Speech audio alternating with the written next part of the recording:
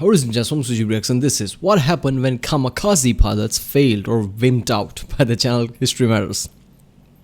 Kamikaze pilots had one job: introduce and crash their face and plane into the deck of an American aircraft carrier or battleship. They were a late addition to Imperial Japan's arsenal. Oh, it was a late thing. During the later years of World War II, when they're desperately trying to stop the United States from defeating them. Okay, so what happened to these young pilots when they failed and returned to their bases? Were they punished or just sent back out on the mission to sacrifice it all for victory? This is pretty interesting thing, because this is one of those topics which I'm finding out that this channel does it a lot. There's certain things that nobody thinks of, right? Like aftermath of things. Like, okay, Hiroshima got bombed. What happened after that? Like, you know, real detail, inside detail. Same thing with the Kamikaze. Everybody knows about, you know, Kamikaze, how Japanese planes just basically crashed and suicide bombed things, right? But what if somebody failed? What if somebody went back? What happened to them? Nobody thinks about this, right? But this is a pretty interesting topic. And apparently this is the most famous video from this channel. So it's going to be interesting. Obviously, when I was a kid, I first realized what Kamikaze was. And, you know, it's kind of surprised me.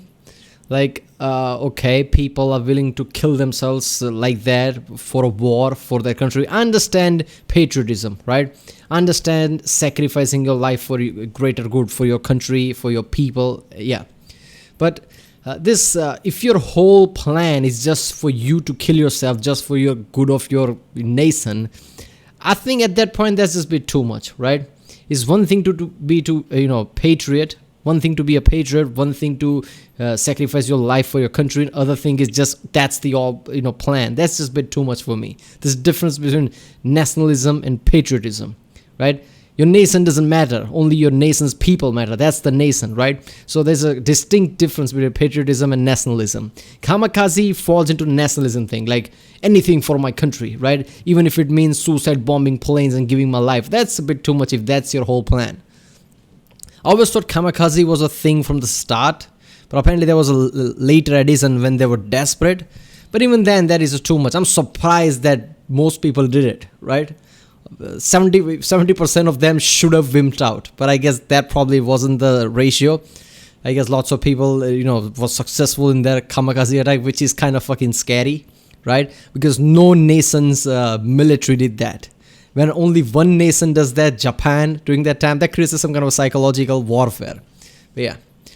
I mean, people constantly think like, was USA justified in bombing Japan during the World War II to end the war? I mean, they were literally suicide bombing people with planes. How hardcore they would have gone by the end of it. How many people would have died, right? So, yeah. Let's watch this. I love History Matters. They explain things in very short period, usually between 3 and 4 minutes, sometimes even less.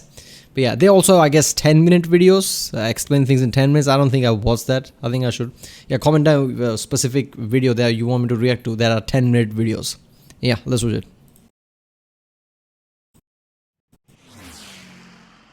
You had one job.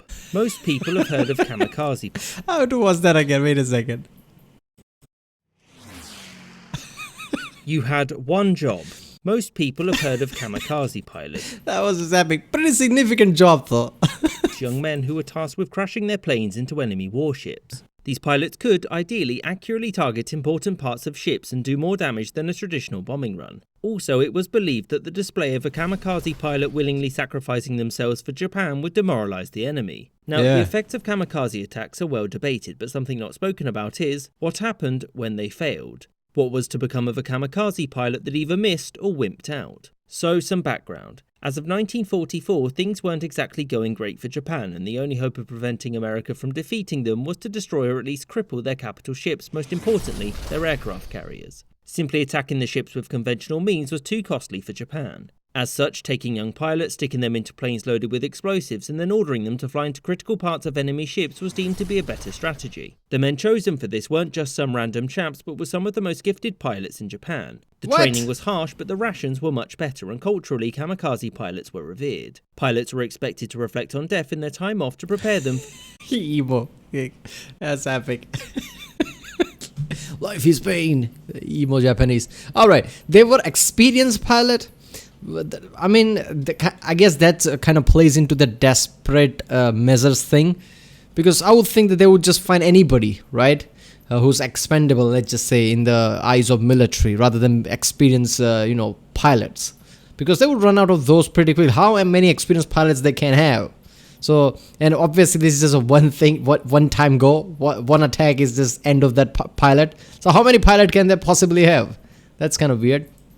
Them for their upcoming mission. Yet for some, this preparation and love for Japan wasn't enough to get them to introduce their face to the deck of an American warship. So what happened to failed kamikaze pilots? Well, many were shot down before they even completed their mission or could get there. Some hit the wrong part of the ship or missed completely and fell into the ocean where, providing they survived...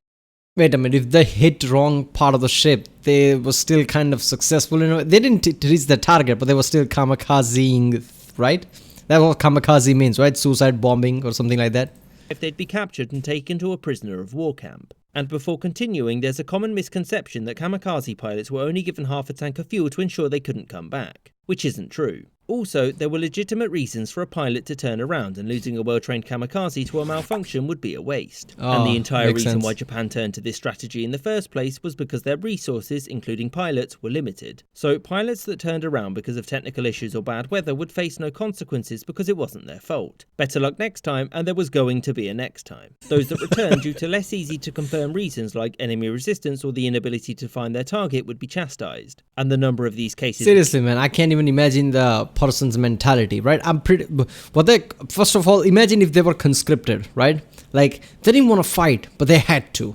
And then they learn to be a pilot with extreme training, and then they're told that you are a kamikaze pilot. What do you even process that? And now if you don't do it, like you're a traitor or something, right? People are revering you, like, yeah, you go, you're doing this for your country. Everybody just cheering, right? And applauding and just, making them feel like they're gods just so they can kill themselves. I mean, they're not stupid. They know what's happening, right? Even the revering part, they know the only reason behind that is I'm going to kill myself now for them, which I really don't want.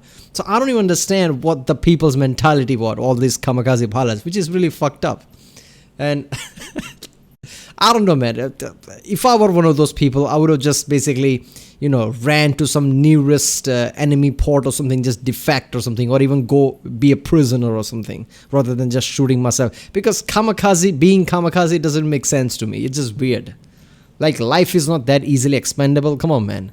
You're talking about somebody killing themselves just so they can attack something. And even if they miss, that attack was worthless. I mean, come on.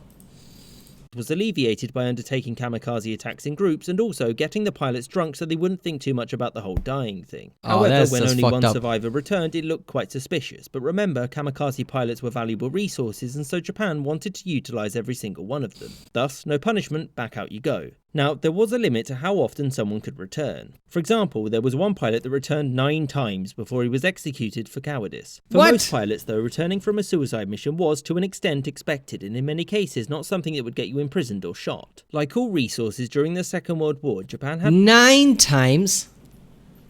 I mean, come on, man. 9 times? After third or fourth time, if I were that guy, after third or fourth time, I would be like, you know what, let's just defect, like I said. Let's just try to go to enemy lines, even if I get taken prisoners. Because how much can they tolerate? 9 times if you're going to come back? No shit, they're going to shoot you down because they have to make an example out of you now, right?